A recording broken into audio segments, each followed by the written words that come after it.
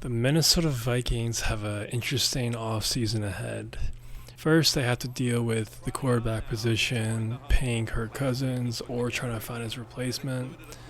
But now they have another need with the recent release of Alexander Mattison.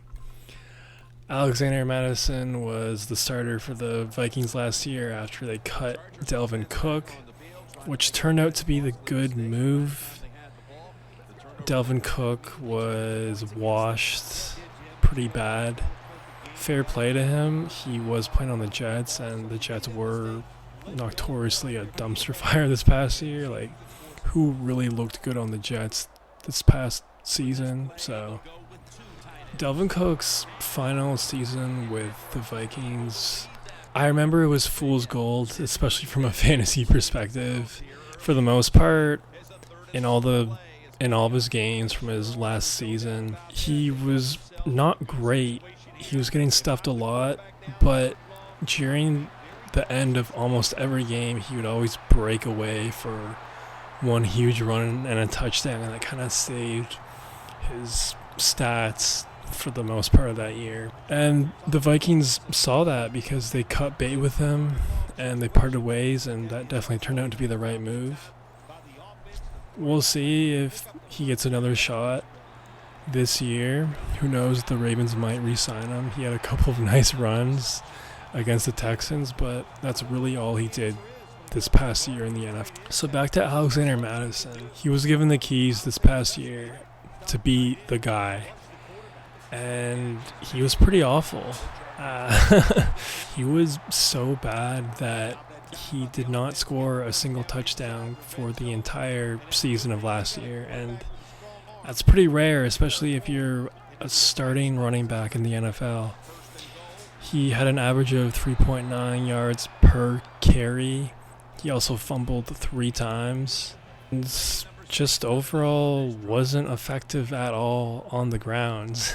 If anybody plays fantasy football, I remember Alexander Mattison was going like in the 4th or 5th round, maybe the 6th last year, and wow, huge bust. Huge bust. Back to reality though, he was so bad that they traded for Cam Akers, and Cam Akers, those 2 Achilles injuries. So when you bring in a guy like that, obviously times are pretty desperate. But the silver lining here is Ty Chandler did look good last year for the Vikings. So as of right now, it looks like he'll be the lead back. I'm sure the Vikings will probably draft a guy, or who knows. It is a wide open running back free agent market, so they could definitely be in play for anybody. Maybe a Josh Jacobs, maybe a DeAndre Swift, but point is, Alexander Mattison gone from the Vikings, so now quarterback is a question mark, running back is a question mark. Recently, too, there were some rumors of the Vikings trading Justin Jefferson to the Patriots to try to get a 3rd pick. That got shut down pretty quickly. I don't think that hypothetical trade would have paid off for either side. I think that would be pretty pointless. But speaking of Justin Jefferson, there are reports out there that he wants to reset the wide receiver market, meaning he wants a lot of extra zeros. So I don't know if the Vikings are going to pay him a massive contract, even though he might deserve it. He's definitely a top 3 receiver in this league, no doubt about it, but again, when you have a complete question mark at quarterback, I don't know if paying a large amount of money to a receiver is the best business move. So we'll see what happens there. He's definitely going to need to get paid soon. So Vikings fans, I'm curious, who do you want your quarterback to be this coming year? I know Kirk Cousins is obviously the guy, but he's an older gentleman, and that's a major injury he suffered. So he's already not an athletic guy from the jump. To add that to his Achilles, I don't know. He might even be even more of a statue in the pocket. So it's definitely a tough situation, but I'm just curious what y'all want to do there, because it's tricky and it's intriguing and it's fascinating. Speaking of fascinating and interesting and entertaining, Zach Wilson is available on the trade market. I read an article today that the Vikings could be an interesting spot for him.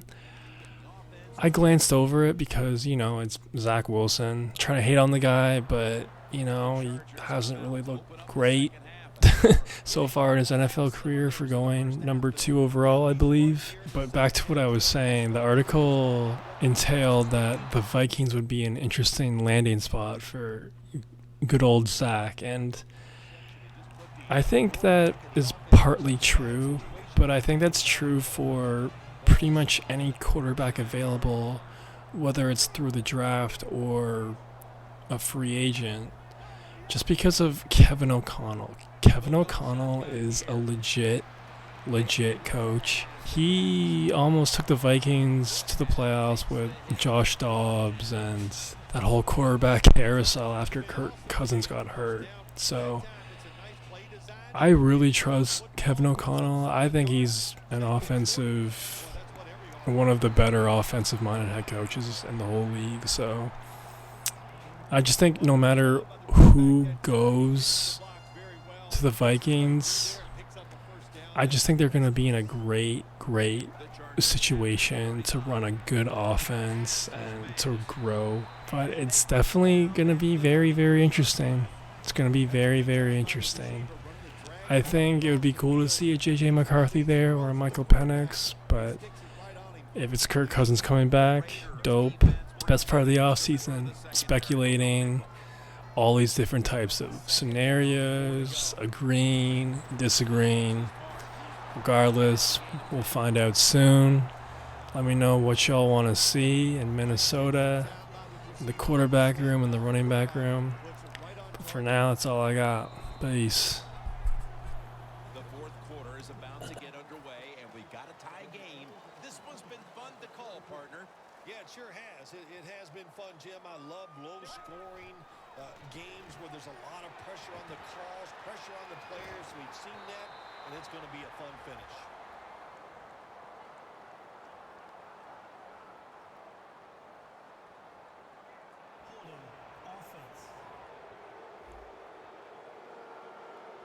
The defense accepts the penalty at the 33.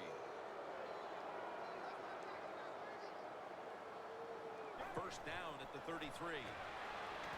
Green on the receiving end. The Chargers have had a big target in the middle of the field today. Green's been a big target across the middle of the field. You said it right. They depend on him. He's one of the best in the NFL. And when you're one of the best tight ends in the NFL, they are going to find ways to... San Diego